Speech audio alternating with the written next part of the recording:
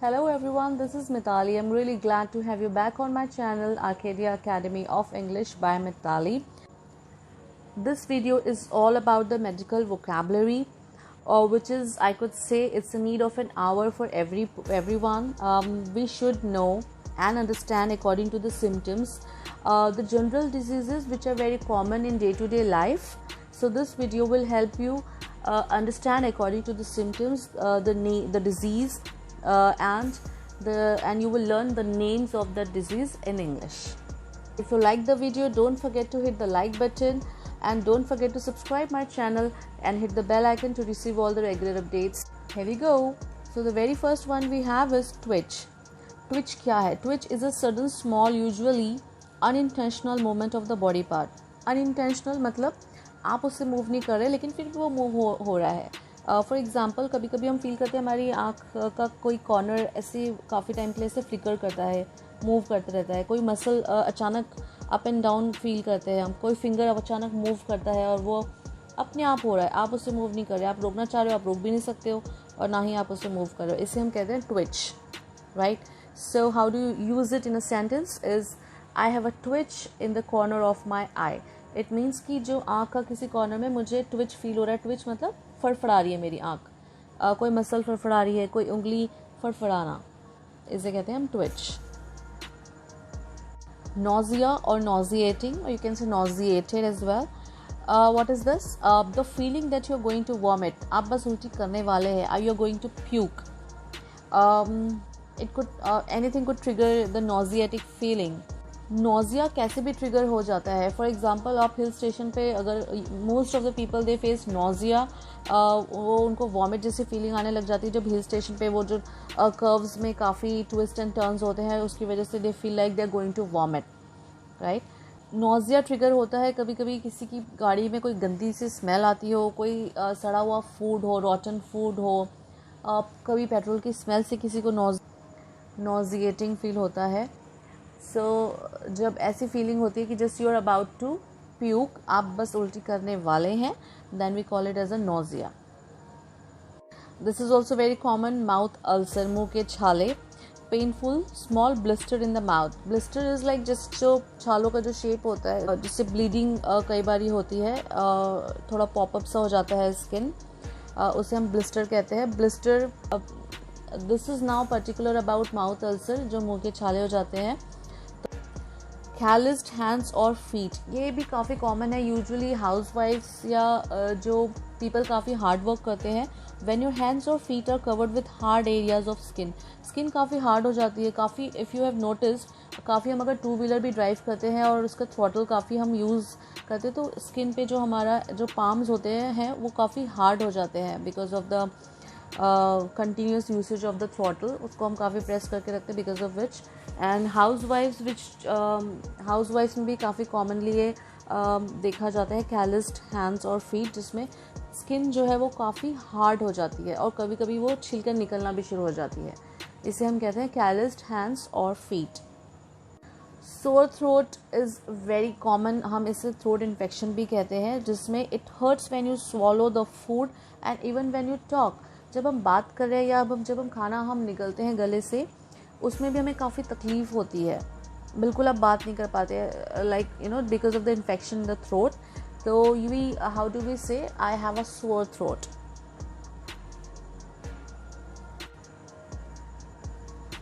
Next is corn. इसे हम food corn भी कहते हैं बिकॉज यूजुअली ये टोज़ फूड के आपके टोज़ में होता है. ये corn is a small painful area of hard skin that forms on the food, specially on the toes. Skin जो है वो हार्ड हो जाती है, एक गठान जैसे बन जाता है. आपको in some times you feel like आप चल भी नहीं पाते हो प्रॉपरली, काफ़ी डिफ़िकल्ट हो जाता है. You feel like you are crippled. So इसे हम कहते हैं कॉर्न, जो यूजुअली आपके पैरों के टोज़ में पाया जाता है. Allergic reaction. हम डॉक्टर के पास जाते हैं, कभी हमारी बॉडी में हम यू कैन फील समटाइम्स की काफ़ी रैशेस हो जाते हैं, कभी रेडिश हो जाती है, कभी हल्की ब्लूइश, काफ़ी जगह पैचेस दिखने लगते हैं. तो rashes all over the body और random patches throughout the body, तो ये सब कोई जब रिएक्शन हो जाता है बॉडी में, उसके हम कहते हैं allergic reaction.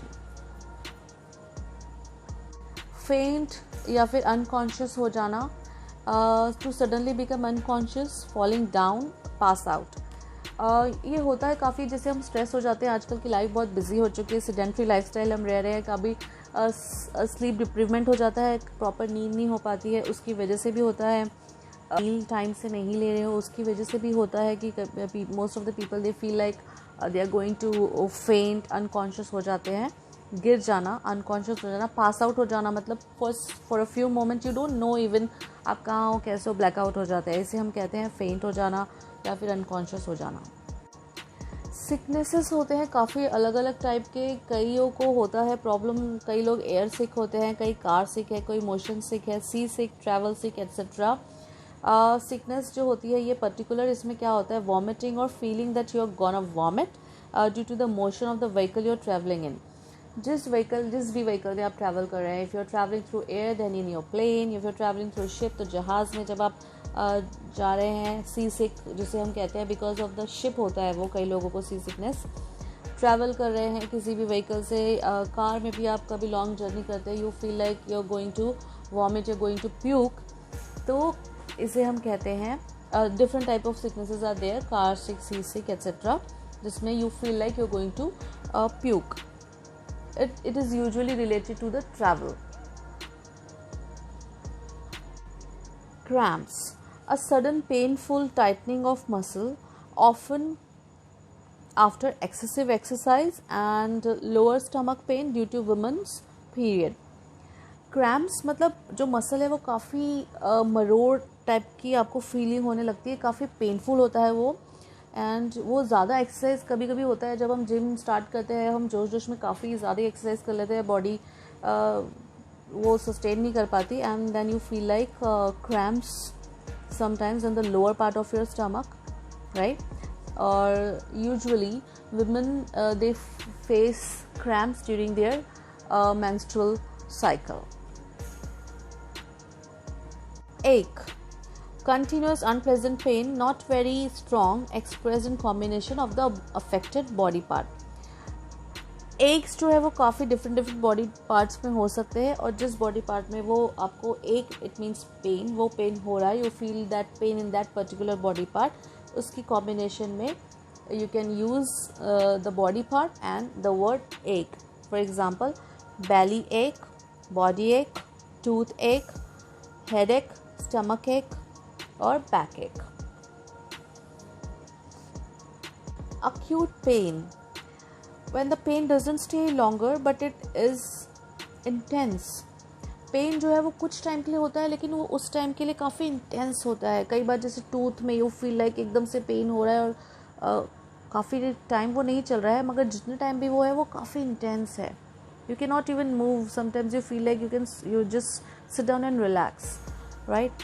Example, acute pain in stomach, पेट में काफ़ी अक्यूट पेन होता है, आप डॉक्टर के पास जाके when you refer to a doctor you can say I have this acute pain in my stomach. Now acute pain in a tooth, दांत में अक्यूट पेन होना, तो then the doctor will understand acute pain, then he will understand कि वो कुछ time के लिए होता है लेकिन वो काफ़ी इंटेंस होता है आपको pain. Acute pain in ankles, काफ़ी अगर आप मूवमेंट्स कर रहे हैं, you are not getting relaxed in the schedule, so you sometimes you feel like there is acute pain in your ankles, so that pain comes for some time but it is very intense. jet lag, if you travel a lot you must be aware, you must know this term jet lag. इसमें a feeling of tiredness and confused after a long distance air travel through different time zones. Time zones अगर अलग अलग हैं, if you are traveling from India to Australia there is a different time zone, if you are traveling to India to UK there is a different time zones. काफ़ी लंबी अगर आपकी journey है 22 hours 28 hours sometimes even more than that, तो jet lag जो है वो आपको ऐसा फील होने लगता है that you are very tired, you are very drowsy, नींद सी आती रहती है, you are confused because the time zone is different और जर्नी भी काफ़ी लंबी है, तो एक वो टायर्ड और कन्फ्यूज्ड वाली फीलिंग चलती है, उसे हम कहते हैं jet lag. So you can say I am feeling too jet lag to join the office today. Cold and cough, another very common infection. It spreads through infection person से person पे फैलता है, इन्फेक्शन हो जाता है. Usually happens what is running nose, नाक बहने लगती है, स्नीजिंग छींके आना बार बार, कॉफिंग बार बार coughing. I spend my all night coughing. I could not even breathe because of the cough and the cold. And feeling drowsy. Drowsy it means you're always like dozed off, नींद आते रहना, आंखें ऐसे भारी हो जाना, इसे हम कहते हैं cold and cough. So these are all the symptoms of cold and cough. Flu और fever बहुत ही कॉमन होता है in a day to day life. बुखार आ जाना नॉर्मल बॉडी टेम्परेचर से अगर ज़्यादा टेम्परेचर हो जाता है तो हम कहते हैं कि फ़ीवर हो गया है. या अगर कोई फ्लू चल रहा है तो हम डरते हैं कहीं से कोई फ्लू तो नहीं हो गया है which is on going in that particular given time. Flu और फीवर में सिम्टम्स क्या होते हैं? बॉडी एक्स होते हैं विद बॉडी टेम्परेचर जो होता है वो नॉर्मल से हायर हो जाता है.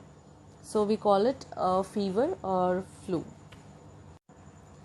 Sprained muscle or sprained ankle or sprained wrist is very common for usually for the sports person. काफ़ी अगर आप स्पोर्टी हैं, स्पोर्ट्स खेलते हैं तो it's very common for you. Muscle pull हो जाती है जिसमें काफ़ी पेन होता है, मूवमेंट्स काफ़ी टाइम के लिए रुक जाती है. डॉक्टर्स आपको एडवाइस करते हैं कि आप कोई ऑइंटमेंट लगाकर उसे रैप करके काफ़ी रिलैक्स करने के लिए आपको एडवाइस करते हैं. इसमें होता क्या है, ये swelling and pen at the affected area. जो भी आपका अफेक्टेड एरिया है, एंकल है, रिस्ट है, मसल, जहाँ भी आपका स्प्रेन हुआ है वहाँ पर आपको हल्की स्वेलिंग महसूस होती है. कभी कभी एक ब्लूइश लुक भी आ जाता है बिकॉज ऑफ विच. सो इसे हम कहते हैं स्प्रेन्ड मसल, स्प्रेन्ड एंकल और sprained wrist. Food poisoning is yet another very common sort of illness. Food poisoning में क्या होता है, थोड़ी सिकनेस होती है फॉलोड बाय डायरिया, जिसमें कभी मोशंस हो जाते हैं. सिकनेस है, लूज मोशन के साथ में आपको थोड़ा सा बीमारी जैसी फीलिंग होने लगती है, काफ़ी वीकनेस हो जाती है. इसे हम कहते हैं food poisoning. Usually our moms advised us not to eat out mostly in the rainy seasons because the water is contaminated and that's why food poisoning होने के काफ़ी चांसेस बढ़ जाते हैं. You should also know injuries, illnesses और diseases, ये सब अलग अलग टाइप होता है. इंजरीज़ में क्या होता है, इलनेसेस में क्या होता है, डिजीज़ में क्या होता है. I will brief you in this video. When we talk about injuries, it means getting physically hurt. गिर गए, चोट लग गई, इसे हम ब्रूजेस कहते हैं. जैसे कहीं कुछ छिल गया, थोड़ा सा ब्लीडिंग हुई है, उसे हम ब्रूजेस कहते हैं. कभी स्वेलिंग हो जाती है, वुंड, कोई घाव हो जाता है, उसे हम वुंड कहते हैं. Blisters is one sort of injury also, जो कि अगर हम माउथ अल्सर में, मैंने आपको बताया ब्लिस्टर जैसे उस शेप ब्लिस्टर वाला होता है. बॉडी में भी कभी ब्लिस्टर हो जाते हैं जिसमें कभी कभी ब्लीडिंग होने लगती है, कभी वो पक जाता है, राइट, उसे हम वुंड कहते हैं. तो this is all physical hurt जिसमें हम कभी ऑइंटमेंट लगाते हैं या डॉक्टर हमें कोई प्रिस्क्राइब करता है medicine to heal that particular injury. So these are all called as injuries. Illness और sickness में क्या होता है, something which makes you feel under the weather. Under the weather feel करना मतलब you are not feeling well. कभी जैसे हल्का बुखार है या कुछ और प्रॉब्लम है, कुछ नोज़िया आपको फील हो रहा है या डिफरेंट, राइट. उसमें आपको डॉक्टर, आप if you refer to a doctor, वो आपको कुछ रेमेडीज़ देते हैं, राइट. कोई मेडिसिन रेफ़र करेंगे आपको to take that particular prescription. Okay, उसमें which includes cold, cough, fever, infection also, kind of these are included in illness और sicknesses. We talk about disease, we can cut down it into 3 different parts, जिसमें कि अगर chronic है, benign है, terminal है, right. सो chronic अगर है तो क्रॉनिक डिजीज़ क्या होता है कि वो काफ़ी टाइम से चल रहा है आपको. जैसे किसी को आर्थराइटिस है, वो काफ़ी टाइम से ही चला जा रहा है, सो उसे we can say it's a chronic arthritis. और किसी को कोई हार्ट डिजीज़ है, वो काफ़ी टाइम से है, you can say it's a chronic heart disease. Okay, मतलब जो डिजीज़ है वो काफ़ी लॉन्ग टाइम से है और कंटिन्यूइंग है, इसीलिए हम उसे कहते हैं क्रॉनिक डिजीज़. बेनाइन डिजीज़ क्या होता है, जिसमें कि कोई जैसे ट्यूमर हो जाता है किसी को, राइट, तो वो किसी का टिश्यू है वो डेवलप होके बड़ा हो जाता है, करेक्ट, ग्रोथ हो जाती है उस टिश्यू की, वो क्यूरेबल है, बहुत ज़्यादा हार्मफुल नहीं होता किसी सर्जरी से, you can remove it, right. So we call it as benign. Terminal disease या फिर life threatening disease are very very dangerous and sadly they take on your life. It's really sad because they cause death. So when somebody say that person is suffering from a terminal disease or suffering from a life-threatening disease, so the example could be cancer, which causes death. Alright, so this brings us to the end of this video. Hope you find this video helpful. If you like the video, please give it a thumbs up and don't forget to share it with your friends and family. And of course, if you haven't subscribed so far, don't forget to subscribe my channel and tap the bell icon to receive all the recent updates on my channel. So happy learning guys, and do take care of yourself. Stay home and stay safe.